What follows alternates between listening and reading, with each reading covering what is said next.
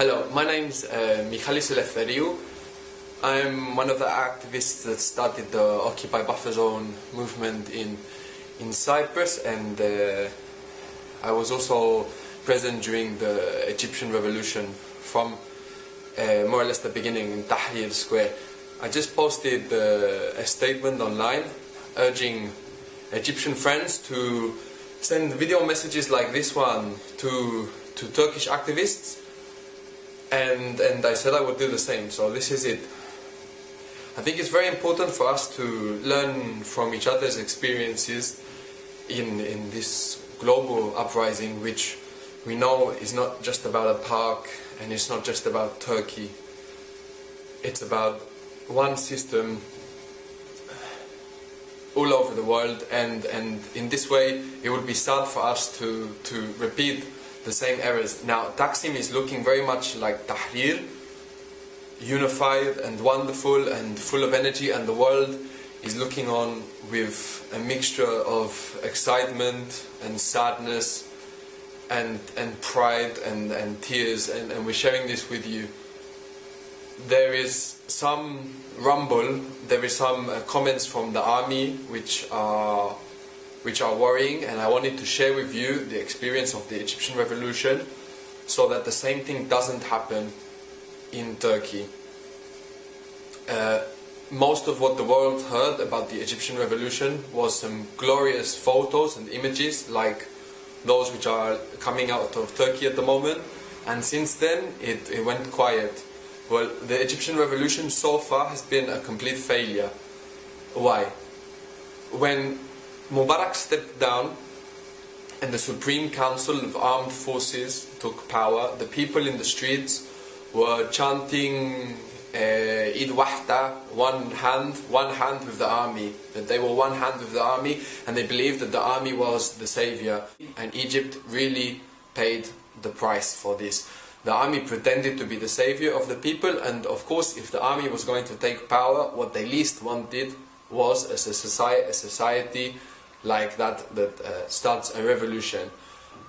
The army promised to hold power just for some months until they arranged elections. They had power for more than 2 years, during which they systematically worked to divide the country and create instability, to make people want these authoritarian power structures that now we're in the street saying that they don't represent us.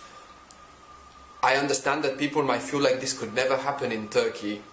I remember very well being in Tahrir and not ever feeling in my life such sense of unity, being 1 million people there risking our lives to stand together. I never would have imagined that 1 year later those same million people would have been killing each other in the streets, and that's what SCAF managed to do. Now, my point is only that we have to be very careful to not accept false victories. If your Prime Minister steps down tomorrow, it doesn't mean that we go home and it's the end of the fight, which for many Egyptian activists or people present in the protests, it meant this, for many of them. Any change that comes now out of these protests, like the Prime Minister stepping down, is planned. They will have a plan.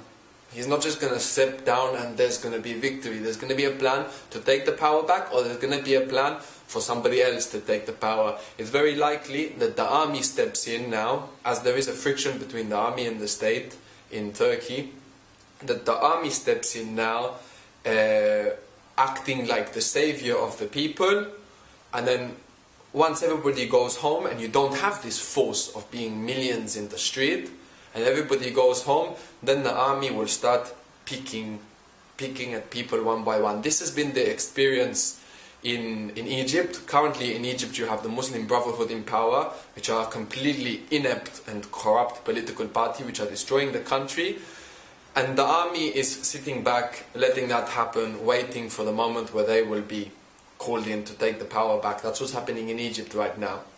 It's not exactly the same situation in Turkey, but the point is that there are some parallels between the two situations. There are two parallels between the situations where it will be very, very wise to investigate everything that happened in Egypt, to have contact with Egyptian activists, to share experience, so that the same thing doesn't happen again. What we least want is such unnecessary losses of life. The people that have died and been injured so far is already so completely unnecessary. To believe in a forced victory, it would be even more so.